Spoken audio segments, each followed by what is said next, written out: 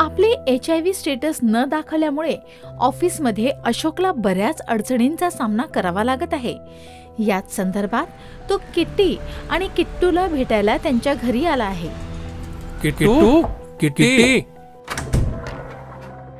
ओ अशोक भाऊ, या इंडियाची बॅटिंग बस सुरूच झाली आहे. अशोक, कसा आहेस? नमस्कार किट्टी ताई, सगळं ठीक आहे, पण थोडी मदत हवी होती तुमची बस. हा, सांग ना. ताई, फॅक्टरीमध्ये काम करणारा एक मुलगा HIV पॉझिटिव्ह होता. ही गोष्ट माहीत नाही कशी मॅनेजमेंट वाल्याने समजली. त्याला तो नोकरीवरनं काढूनच टाकलं आणि मला पण सांगितलंय की पहिल्यांदा आपला HIV रिपोर्ट दाखव, तेव्हाच फॅक्टरीमध्ये ये. 1 आठवड्याची वेळ दिली. म्हणतात की नाहीतर कुठे दुसरीकडे काम शोध. हे तर खूप चुकीचे झाले.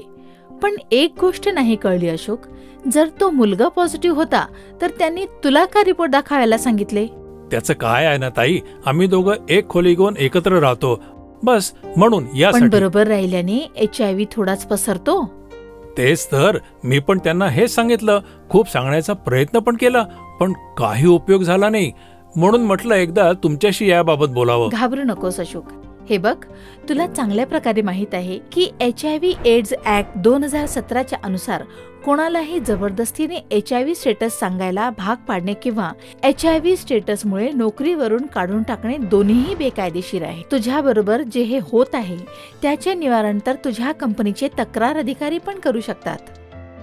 तक्रार अधिकारी हे कोण असतात? कोणतीही ऑर्गनायझेशन जिथे 100 पेक्षा जास्त लोक काम करतात तिथे एक तक्रार अधिकारी असतो, जो हे पाहतो की HIV आणि एड्स ऍक्ट 2017 मध्ये ऑर्गनायझेशन संबंधित ज्या पण तरतुदी आहेत त्याचे चांगल्या प्रकारे पालन केले जावे.